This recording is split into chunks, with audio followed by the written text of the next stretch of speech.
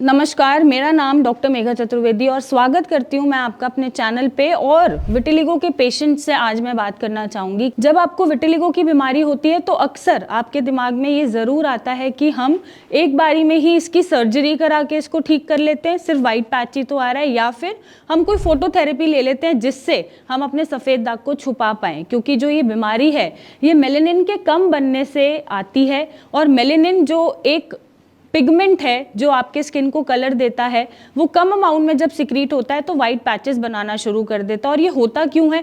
अब मेलेनिन को कैसे पता कि कम रिलीज होना है या आपके शरीर पे मुझे वाइट पैचेस बनाने हैं? वेल, वो एक ऑटो इम्यून बीमारी के अंतर्गत होता है जिसमें आपकी बॉडी खुद को ही अटैक करना शुरू कर देती है और आपके अगेंस्ट काम करना शुरू कर देती है।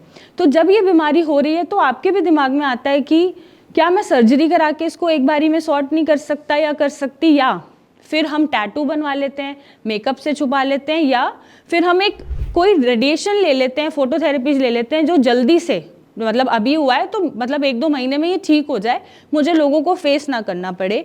तो अगर आप ये माइंड बना चुके हैं कि आपको सर्जरी से ही ठीक करना है तो आप उसके लिए ज़रूरी है कि आपका जो विटिलिगो है एक स्टेबल स्टेज पे हो, मतलब 6 महीने 1 साल से वो बढ़ ना रहा हो और जितना था वो उतना ही है, तो आप सर्जरी सोच सकते हैं। और अगर आप 18 साल से ऊपर हैं तो आप सर्जरीज प्लान कर सकते हैं। तो सर्जरीज में 2 तरह की चीज़ें होती हैं। जैसे फोटोथेरेपी है तो फोटोथेरेपी में एक चैम्बर होता है जिसके अंदर आपको रख दिया जाता है और यूवी रेज दी जाती है जिससे जो कलर है वो फेड आउट होना शुरू हो जाता है और स्किन टोन को मैच करने की कोशिश करता है। जब आप सर्जरी को ऑप्ट करते हैं थेरेपीज के अगेंस्ट, तो सर्जरी में ग्राफ्टिंग की जाती है। मींस जो नेचुरल पार्ट है आपकी स्किन का, किसी भी जगह का वो टुकड़ा लेके आपके सफ़ेद दाग पे वो टुकड़ा लगा दिया जाता है ताकि वो आपके स्किन टोन से मैच कर जाए। अब अगर आपकी चॉइस है कि आप ये कराना चाहते हैं तो आप करा सकते हैं, लेकिन सर्जरी कराने के बाद भी ये श्योरिटी नहीं होती कि आपको कभी ना कभी आगे जाके सफ़ेद दाग हो सकता है। मतलब सफ़ेद दाग आपका यहाँ ख़त्म नहीं हुआ है, जो पैचेस थे एग्जिस्टिंग आपने उनको कवर किया है।